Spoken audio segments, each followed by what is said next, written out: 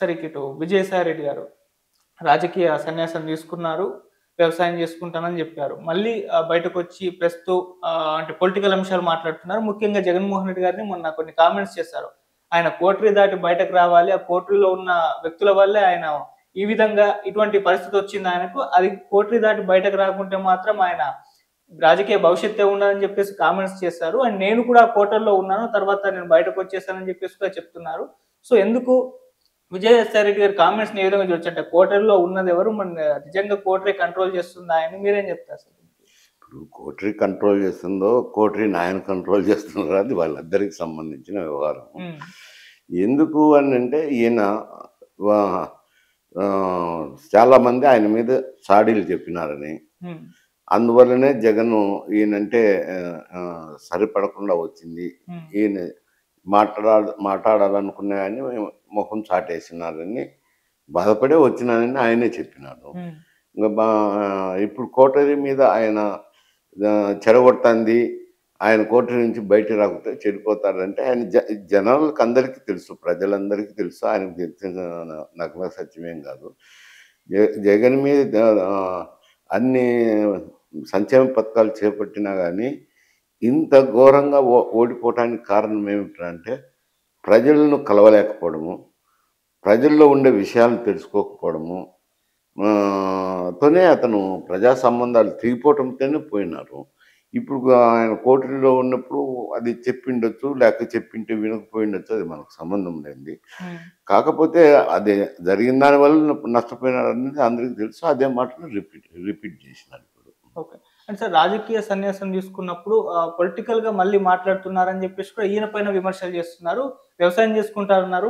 ఎళ్లి చేసేసుకోవచ్చు గదా! మళ్ళీ బయటకొచ్చి పొలిటికల్ అంశాలు మాట్లాడడం ఏంటి? మళ్ళీ బీజేపీ నేతల్ని కలుస్తున్నారు. బీజేపీలో జాయిన్ అయితున్నారేమో విజయసాయి రెడ్డి గారంటూ కూడా సెటైర్‌లయితే ఆయన మీద కూడా వస్తున్నాయి సార్. దానికి మీరేం చెప్తారు సార్? రాజకీయముగా నేను ఇంకా ఏ పార్టీలో చేరబోనన్నాడు. హ్మ్. రాజకీయాలు మాట్లాడకూడదని ఎక్కడన్నా ఉంటుందా? అది ఎక్కడ ఉండదు. హ్మ్. ఒకవేళ ఆయన వేరే పార్టీలో చేరదలుచుకున్నప్పుడు ఆయన ఇష్టం, అది చేరొచ్చు. వద్దన్నదే మాట చెప్పినారు కాబట్టి నువ్వు ఉండకూడదని అంటే అది ఎట్టయితది? హ్మ్. అప్పుడు వేరే నైరాశ్యం వచ్చింది. హ్మ్. నేనే రాజకీయాల్లో ఉండను, నేను ఏ పార్టీలో చేరను అని చెప్పినాడు. హ్మ్.